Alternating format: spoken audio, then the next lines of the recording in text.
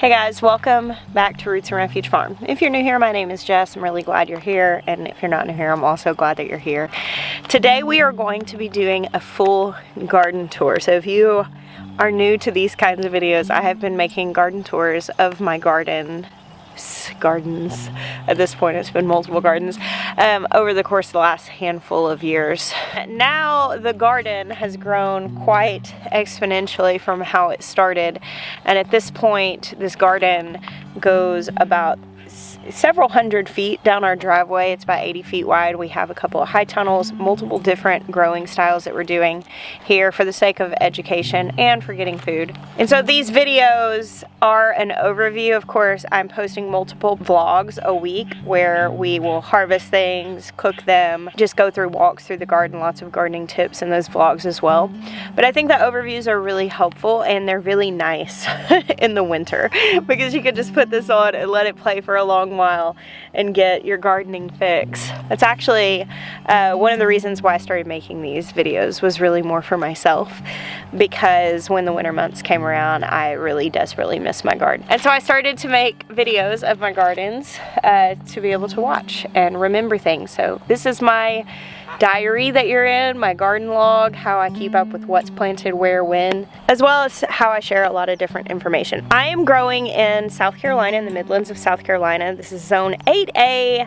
It's kind of right on the border of 8A and 7B. So I kind of erred on the side of 8 when I first moved here because I was so excited to be able to grow lots of citrus and all of these different things that were zone 8 things.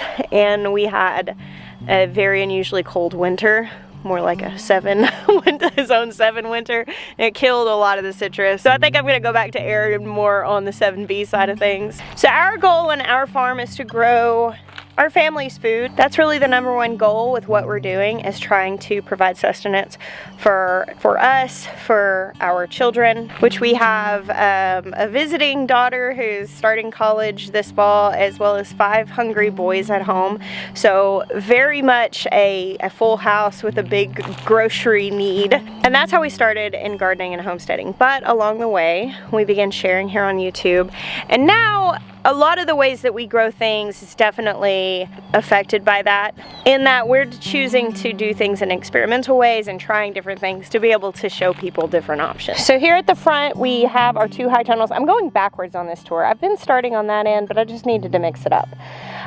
This tunnel is the tunnel where we struggle with contaminated soil. We did remediation largely with worm casting tea as well as activated charcoal. It has worked really well. We actually have some volunteer ground cherries growing in the back of this tunnel, where last year the ground cherries were completely damaged to the point of not being really usable. So it's nice to see that the soil is actually not killing nightshades. But we haven't done anything this tunnel this year. My hope was to turn it into a cut flower tunnel. Sometimes I will have my ideas of what I want to do with like the whole season, and some things we just simply can't get to, and that's okay. The beauty with the garden is there's always next year, and I think it's better to have a constant eye out for your overall vision of what you want things to be look like, and just be working towards that rather than what can I get done this year.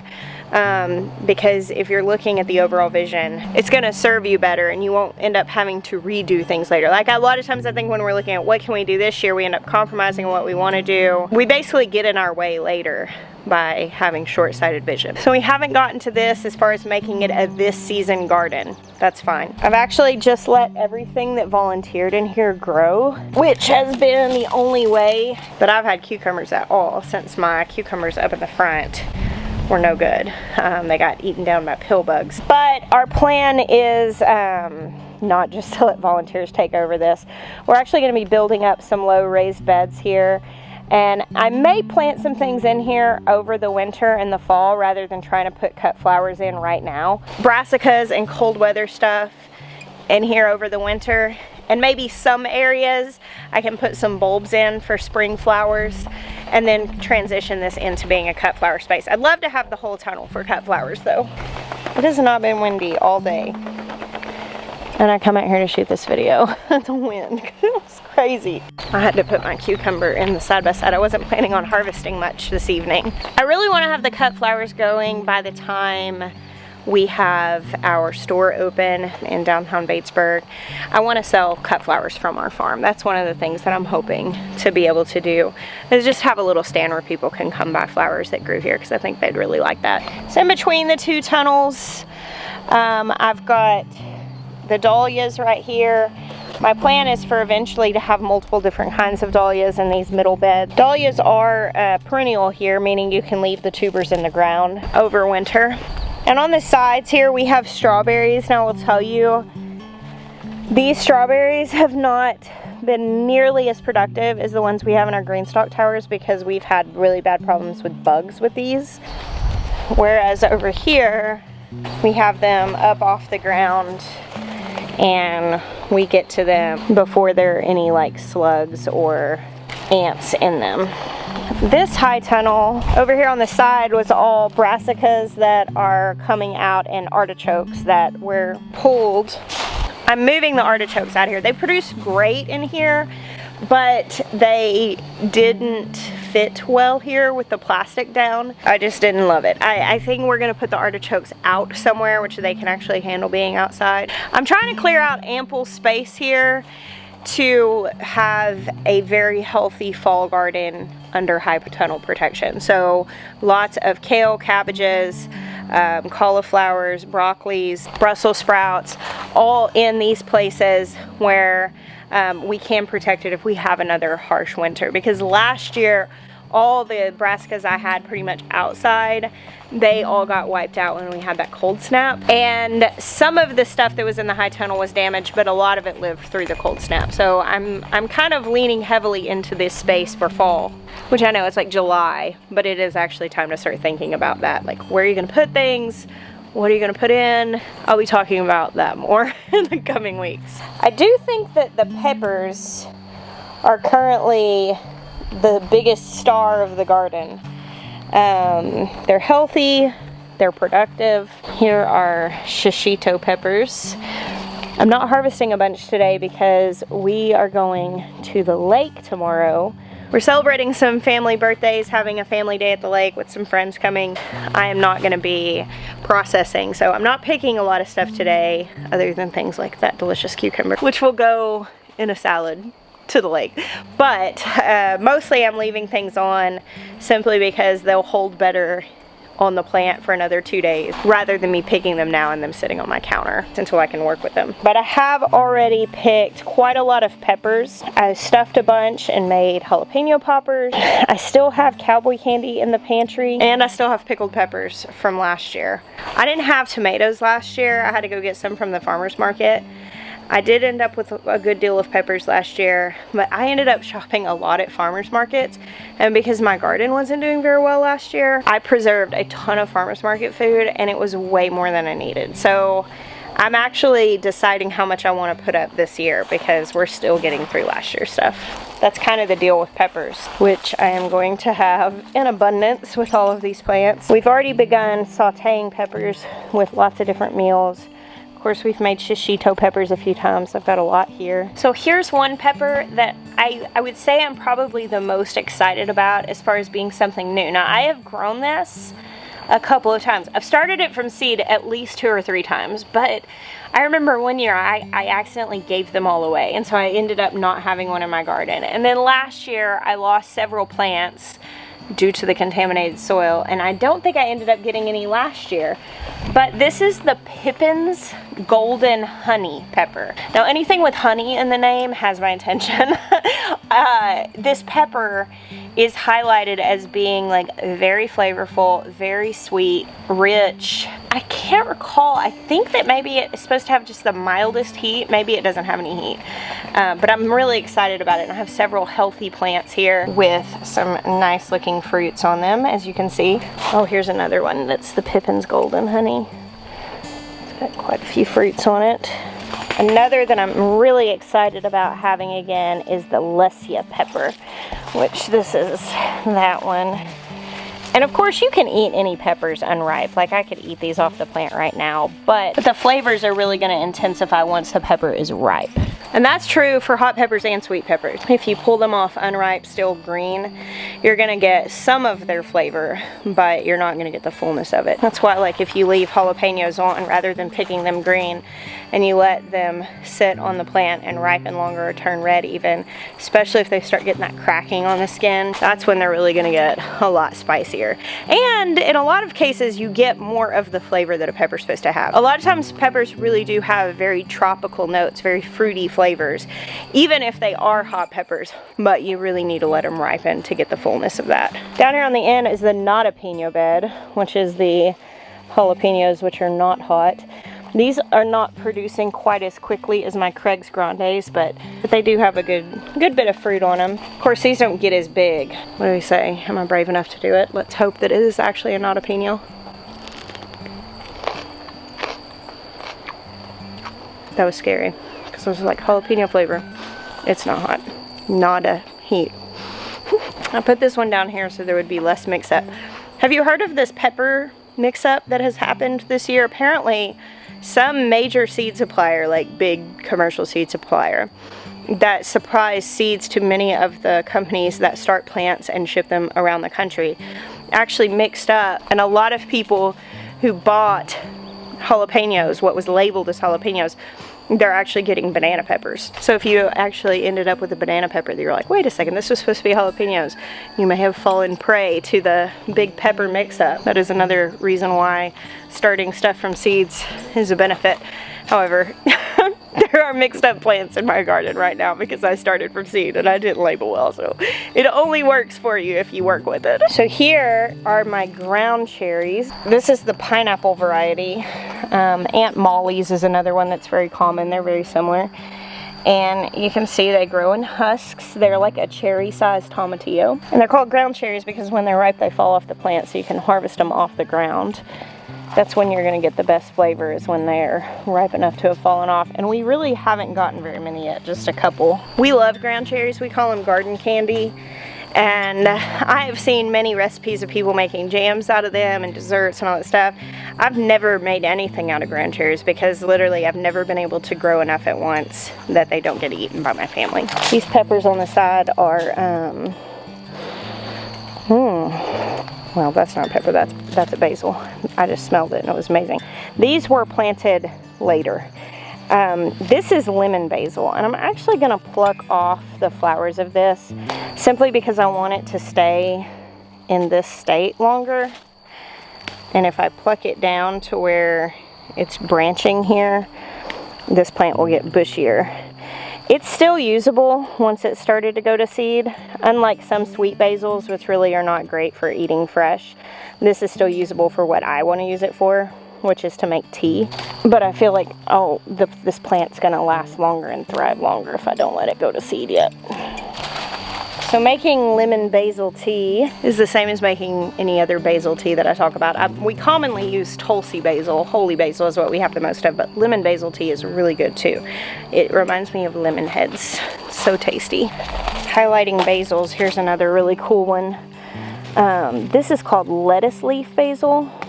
So this basil, lettuce leaf basil, I think that I've seen a variety called Mammoth, which is, it grows the same as this. It has these really large leaves, and this plant is on the smallish side. The leaves can get even bigger than this. I mean, they can be like lettuce leaf size. This has like a really good classic kind of Italian basil flavor. It's not super sweet. It's more on the kind of herby side. I'm describing this really poorly. You know how some basils are very sweet? They're like a very sweet basil flavor, and some of them are almost like medicinal.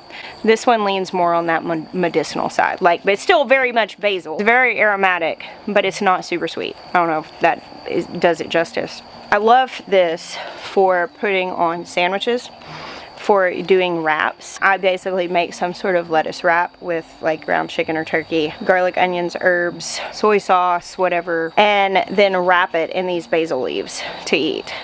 and it's really, really good. So this is good for wraps, it's good for sandwiches, it's good to tear up in salads and add that basil flavor. Or you can also just chop it up and use like you would any other basil, or hang it to dry and use like any other basil. But the size of leaves really makes it great for the other stuff too. Here I've got some serrano peppers. Probably, well, that one's getting harvested. I was gonna say probably pretty close to being harvestable. I think they usually get a little bit bigger than that. And then here, these are actually sweet chocolate bells. Some of these were planted later, but they're still starting to make some fruit. Again, with bell peppers, you can eat them green. If you've ever eaten a green bell pepper, it's simply an unripe bell pepper. Most of them will ripen to red, though you can get other varieties like this one that ripen to like a chocolate brown. All right, outside this high tunnel, lots of different things, some different peas and beans. That's a squash. Here is an amaranth, and I put these in just because I knew that they'd be really pretty. But it has the double purpose with amaranth. You know, I grew this as something that I could feed to my chickens. The leaves are edible. Mine have obviously been very, very heavily visited by insects. In my experience, amaranth has always taken the brunt of insects, which in the garden, if I plant something that is not something I'm trying to eat and it's drawing a large insect population to it, that's a desirable thing because it's working as a trap crop. It's bringing the pests away from the plants that I do want to eat. So the fact that amaranth gets a lot of the cucumber beetles, I mean they're on here right now. It gets a lot of the pest pressure. They're not on the other things that I want to eat, so I think that's fine. I mean, sometimes it's really bad, look at that. But I'm not doing anything about it because I wasn't trying to eat that anyway.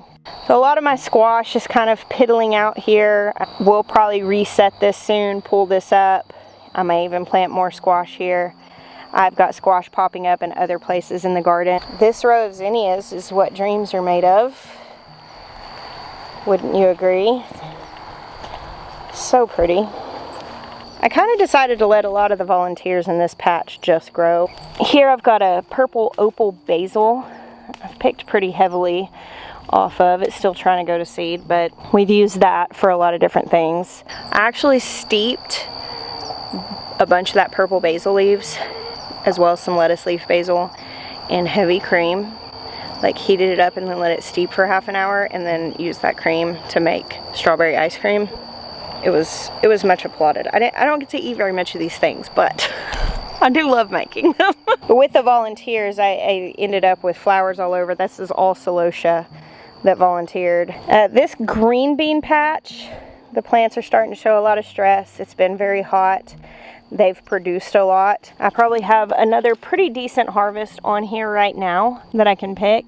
And then again, we'll pull these out and then replant green beans or replant something else here. We have green beans coming up in other places too. Because if you have a long season, one of the best ways to utilize that is succession sowing, which means that you don't plant your whole garden at the beginning of the season. You continue to plant your garden throughout the season until you know that you're out of time. Here is a volunteer spoon tomato, which is this tiny little cherry tomato. I was so pleased when this came up, and I didn't know for sure that that's what it was. It has very remarkable characteristics. It has very tiny flowers that have very open stamens, like because it is a wild tomato that does cross-pollinate. These grow all over the place in like South Texas, but it has really smooth stems and it's very distinctive. So when I saw this plant, I thought it was a spoon tomato. I was right. These cherry tomatoes aren't great for doing a lot of things with that you would do with other cherry tomatoes because they're really small, but they're so flavorful. I mean, like crazy packed with flavor. And I really love them. They're piddly to cut in half is what I'm saying. Like not doing other stuff with them. Because to cut, you know, 100 of those in half to make a tomato salad or whatever that you're making with it, it would just, for the volume, it would be a lot of work. But just popping in your mouth and snacking on, they're so good. Some symbiosis happening right here. We've got some peas coming up. That's grass. Volunteer celosia. Here are some ground cherries. I did throw these in here at one point. And look, giving me a fruit before the other ones. Yes. Ground cherries. So good. Here we've got some golden bantam corn, which it is producing. We're tasseling. We're going well.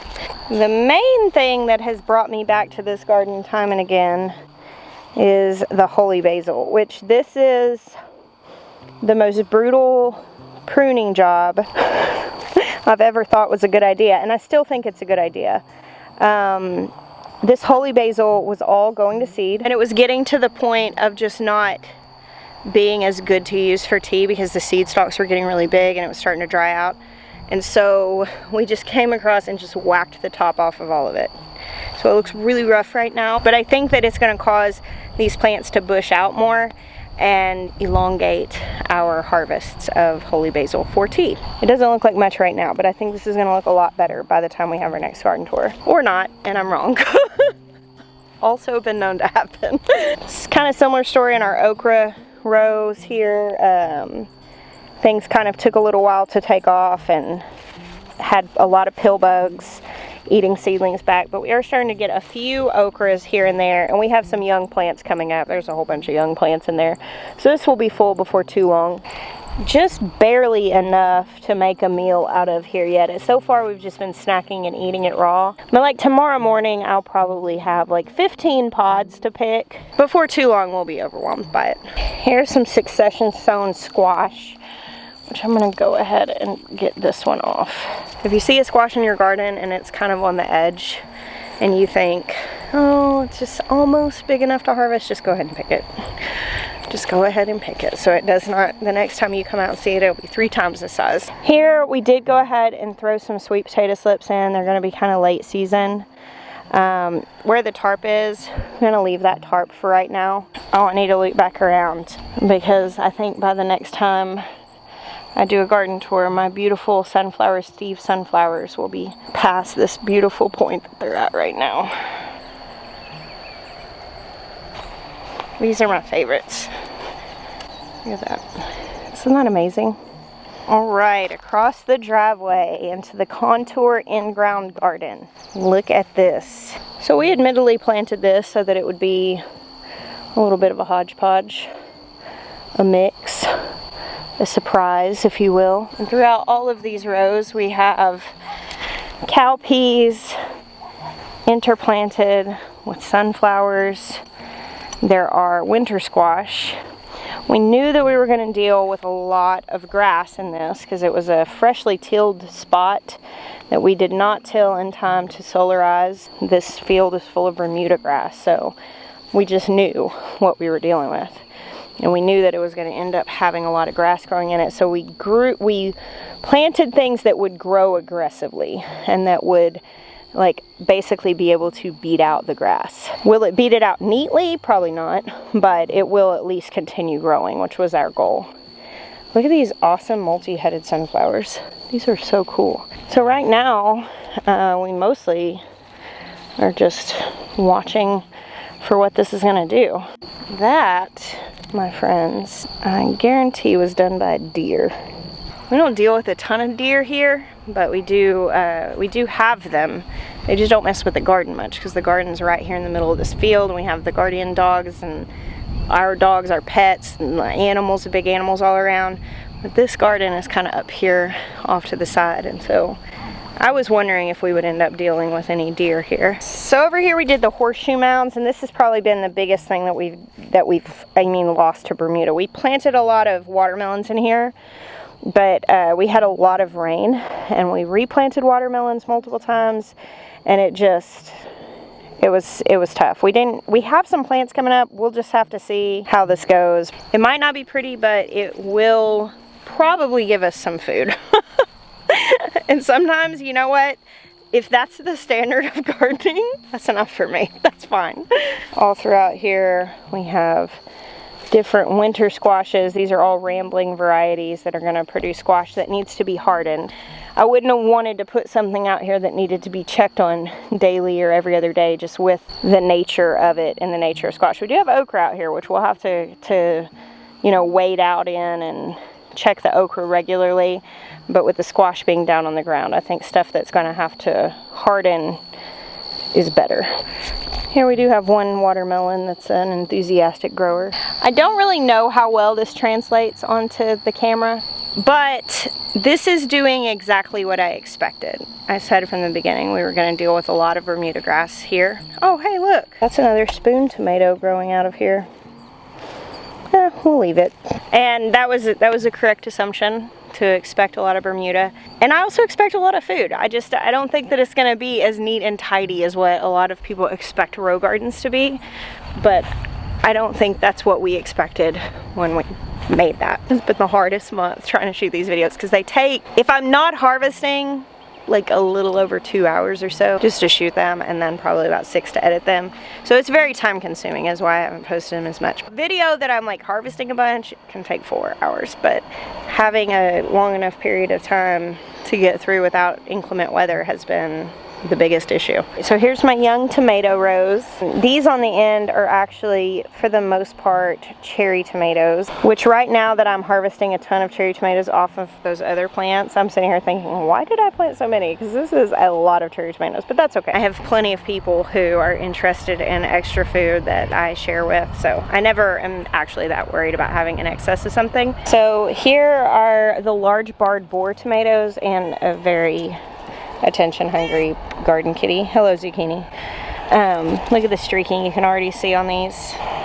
It's really pretty. I'm happy to say we still have a lot of blossoms, even though we had a really hot week this week. I think it is chilling out just a tiny bit. And Maya ordered me some shade cloth to go over these 3 rows. I don't know exactly, if we haven't figured out how he's planning on hanging that.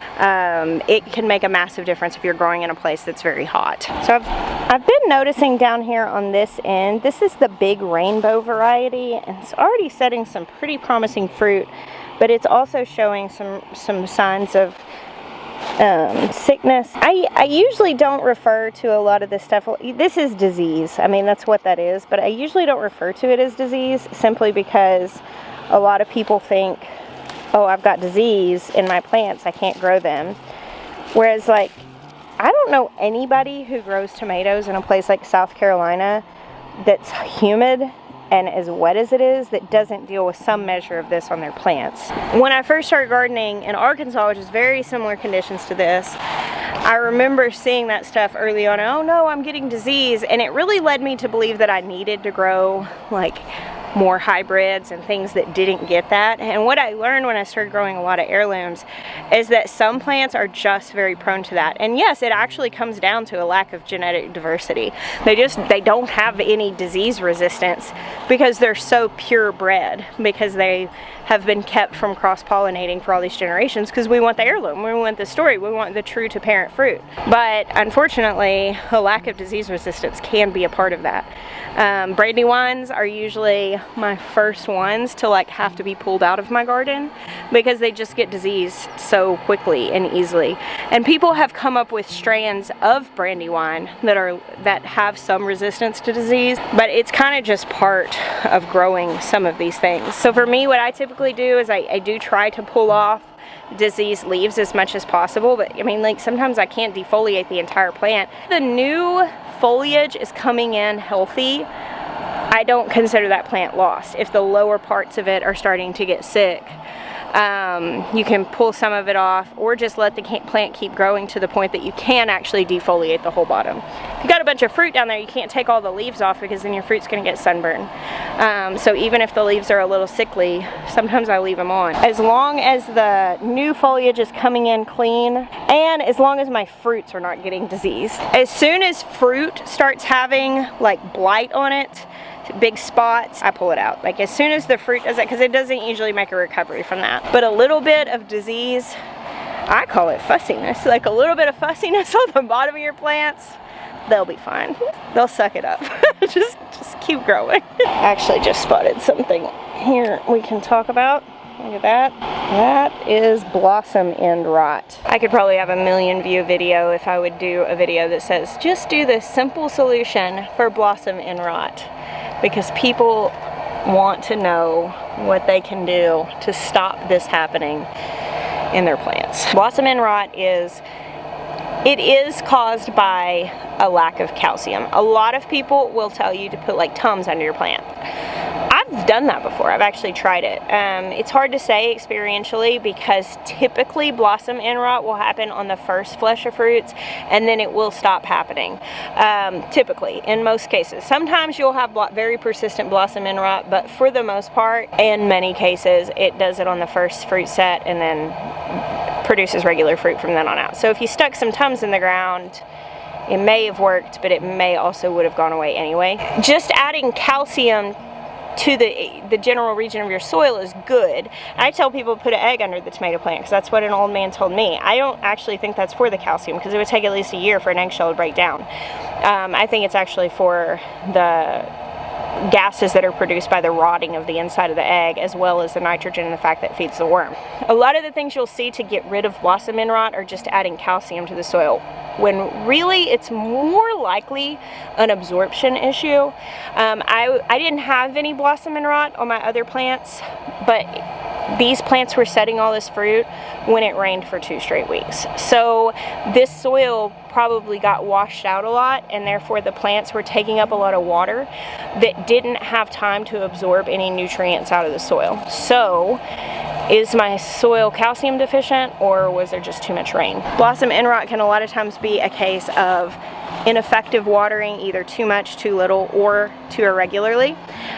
It can be a soil issue. You can do calcium stuff. I've seen people say if you're having a lot of this, to put gypsum in the soil. I don't think it hurts to put things like eggshells or Tums or things like that, but I would hazard a guess that most cases of blossom end rot could be handled by more regular rain patterns or more regular watering by the gardener. Here I have some chard that's left over from the spring, and there was a worm on this, so I pulled it to give it to the turkeys, and then he fell off. I'm sure that the flavor of this is pretty stout at this point, having been out in the heat. It's just a little bit earthy, and I find that most things that grow well in the winter taste better when they're grown in the winter versus growing them in the summer, and that's true for any sort of root vegetables. For kale, a lot of lettuces get bitter when it's warm outside, and chard's already slightly unpalatable earthy flavor gets like borderline offensive in the summer. Now I actually can still handle eating it, but I'm not as picky as the rest of my family. The main reason why that is still there is because we have a bearded dragon who likes salads. That's for the dragon. All right, let's traverse around the massive asparagus beds. When I put these here, I had multiple people say, you don't want to put those there. They're going to be terribly unsightly right in front of your beautiful garden. And some days I do agree. I'm like, goodness, but other times I'm like, look at it. It's so wild and unruly. Wild and lovely cottage garden. It's looking pretty good, I think. I'm not going to put a ton of emphasis here just because we look at this in vlogs a lot. If you have any questions about this space, I'd be glad to answer them. But I did want to point this out because I just think this little side is so pretty right now. We've got these ornamental herbs. This is like an ornamental oregano, which smells awesome and has all these beautiful blossoms. And this, I believe, is some sort of thyme. It's very different than my other thyme, so I'm not 100% sure of what the variety is, but it smells really nice and it's blooming really pretty. And then of course this pineapple sage here is massive, monstrous, and smells amazing. That makes a really lovely tea as well. All these herbs, I love making teas out of herbs, and then putting just a tiny bit of honey in them and lemon juice and putting them over ice. So good. My friend Miss Nina brought me some plants, and this is getting ready to bloom, this canna. It's gonna be really cool. I think my current hope for this garden is to get a bunch of ground cover, like this creeping jenny or sedum, to just take over the ground. It's starting. It's going to take a little while, but the weeds are pretty wild out here. Look at the blossoms on this perfect storm hibiscus. This is going to be so covered with flowers. They're all starting to open. Such a beautiful plant. can literally see and hear the storm coming, so we've got to get through this. Here's my bed full of mint and lemon balm. Also frequent favorites for me to make syrups and teas. Look at this variegated mint. It's just so pretty. Speaking of slightly sick plants soldiering on, here we have that. And actually, as soon as I'm done with this video, I'm gonna speed harvest all of this because that rain sounds like it's actually gonna happen. In this bed, I've got Texas Hill Country okra. No, Alabama red. They're so similar, but it's one of the two. I can't remember which one it is. Another squash plant that is at the end of its time, which is also okay because we'll pull this out and replant. And these dragon tongue bush beans are kind of coming to the end of their time. I've been harvesting off them for a while, and so I'm very close to just tearing them out. And on this trellis I have a Kajari melon, and this one looks okay, but this one has definitely fallen prey to something. And over on this side I've got several plants that are in much better shape. Look, I actually did not realize that these had fruit on them. I missed that. I was too distracted by the cherry tomatoes. Cucamelons. So cucamelons are the cutest little fruits. They're actually a little cucurbit. They taste like lemon juice infused cucumbers. They're very bright. They pop. And I found people either really like that attribute or they really hate it. And there's like no middle ground. Like, you're really okay with that or you're really not. But cucamelons are not necessarily the best thing as far as production goes, but I always give a little space in the garden, usually like a little teepee trellis like this, and plant a handful of plants because they're so fun to snack on in the garden. They're so novel. And I also like to do quick pickles, like quick fridge pickles with them to put on charcuterie boards because I just think they're the cutest little things. And the cherry tomatoes, still plugging along. Oh, look at that, that's holy basil, randomly growing. These are Brad's Atomic grapes, and I would say those 4 are ripe. This is Malia's most favorite tomato. I grow it for her every year, and she's actually here. She'll be here tonight. Just got off an airplane. She flew in from Vegas to spend the summer with us before she starts college. And I'm so excited that not a single one of those has gotten ripe yet. So I'm so excited that her favorite tomatoes are ripe for her to be here. So this is why I just can't get along with the whole idea that disease should be treated as if something that must be completely eradicated from a garden. Because these plants have tons of fruit on them, have new healthy growth, and tons more fruit to produce. Now, as these lower fruits get done, I'll come in with clippers and literally just take off all of this that's diseased. And likely, this fruit will still ripen for at least a while. And there are good ideas as far as handling biohazard and handling disease. It's best not to just go ripping all that stuff off because you're making really big open wounds in the plant. It's best, especially if you've got a disease that's showing up on your fruit, that's diseasing the whole plant, not just the lower growth, to take those out. I pulled a couple out the other day that the fruit was coming in diseased. Pull them out. It's best to go ahead and put those on a burn pile. That's the most ideal way to handle it. I don't know, especially if you grow in a very humid place, if looking at all spotting and crunchiness and all that stuff as disease that must be fully eradicated is reasonable or even desirable. Here's a great picture here. Here's my slightly diseased plant, looking pretty rough down there. Look at this. That's pretty wild. I think I'll let it grow. Overall, it's just not going well for cucumbers. At this point, when they come in, they'll probably taste terrible because of how hot it is. But at the very least, I'll plant some more and hopefully get a fall harvest. Good thing I canned way too many pickles last year. Here's another one of those lettuce leaf basil plants that I was showing you with a much larger leaf. I really love this variety. Tomatillos, and these are starting to ripen and come in. Will actually took a big bucket of these home the other day. I told him I was going to be really busy with peaches to take what he wanted, but there's still a lot on here, so I'm going to make some salsa verde with this. So here is a sweet passion melon. Again, it's kind of puny like some of my other things have been. It was behind, it kept getting eaten back, so we'll see how it turns out. And on this side, this is called the lemon drop. I feel like they're probably supposed to get a little bigger than this. I know they're small, but man, a lot of my melons are looking puny this year. My cucumbers haven't done very well. I'm just not really sure. I've had a really hard time getting those things off the ground. And sometimes things will have a slow start, but then they'll just take off. I don't know. Cherry tomatoes, I am not having a problem with. Look at this. Barry's crazy cherry. That's nuts. So my lovely large tomatoes are continuing. I just saw one here. Look at this. It's not about the prettiest tomato that you have seen. That is just lovely. I would really love to leave these on to ripen on here. This rain has me nervous. I don't want to risk it. I'm gonna finish the video. I could get so distracted and it'll start raining and I won't have this done. I'm gonna finish this because I can harvest in the rain, but I can't shoot a video in the rain. So the tromboncino squash, I'd actually like to see. This plant is actually turning downward and I'd like for it to go on top.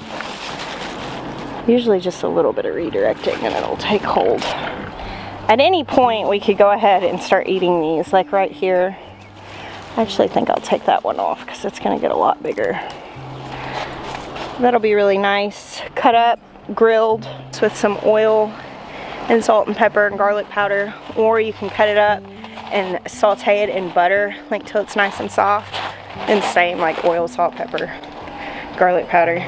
Tromboncino is not a strong flavored squash, so you want to season it really well. But it is nicely textured and it does taste good.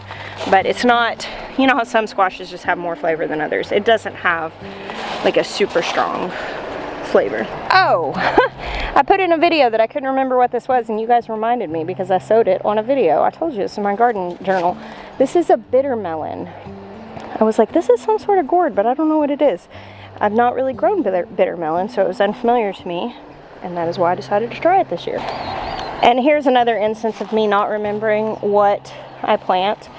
I'm pretty sure this is actually a cucumber, which if it is, that would be awesome. Maybe it had blossoms on it earlier. Maybe I can actually see a fruit. Mostly just look like blossoms. Yep, look. I'll have cucumbers after all. I'm pretty sure that this is a cucumber that I got from Row 7 Seeds, which was like an experimental one. I couldn't remember if I put that there or if I put a melon there. And I've been watching the plant grow thinking, please be a cucumber because I don't have any. And this is the Armenian white melon, which also took a long time getting here. Started multiple times, were eaten down by pill bugs. Started these seeds actually in the greenhouse. And then the first ones I transplanted got eaten by something, and so this is the second transplant out, and they're actually growing. Lovely dahlias. Here's some Thai basil. Here's my green stalk tower full of micro dwarf tomatoes, looking pretty awesome, don't you think? And these varieties all in this tower, they only get like up to a foot tall. And this variety has chartreuse leaves. Got several of them in here, but I was looking at the green stalk the other day and I was like, man, are my tomatoes sick? And then I thought, no, they're actually very healthy. It's just that variety looks nutrient deficient, and it's not. It's just the kind it is. Here's my one lonely sweet basil. Ended up being the only one I have in the whole garden. Don't know how that happened. These are Thai soldier beans, which are marked on the envelope as a bush bean, but in my experience they climb quite a lot. They're kind of like a squeaky Asian bean, so that'll be nice once it takes off. More attempts at melons, kind of going slow. This was a cantaloupe, and here also late coming melons, which we still have a lot of time. We can still get a lot of fruit. Some beautiful zinnias. Right here is lemongrass. Also, incredible medicinal herb and really great for putting in teas. Sunflowers that I threw in for good measure. Here I've got some little ground cherries, and they're just not quite taking off. Oh, There are actually a few ripe fruits on here. I'm gonna save the rest on here to give to Maya. But these just aren't growing super fast, which there's so much variation in a garden that most of the times I don't worry about it if I've got some plants that are really massive and some that are on the smaller side. Just because there are a lot of factors that go into like what's getting morning sun, what's getting the evening sun, what is taking the prevailing wind, how different shadows are cast, and how the water flows. And there are too many factors to go in my opinion, to really worry too much about it, unless it's a persistent enough issue that it's actually pointing out something being deficit. Like if you had a whole bed that wasn't growing well, you would want to look into it. But for me, if certain plants in certain parts of my garden are thriving more than they are in other parts, I take note of it, and then mostly I just let the chips fall.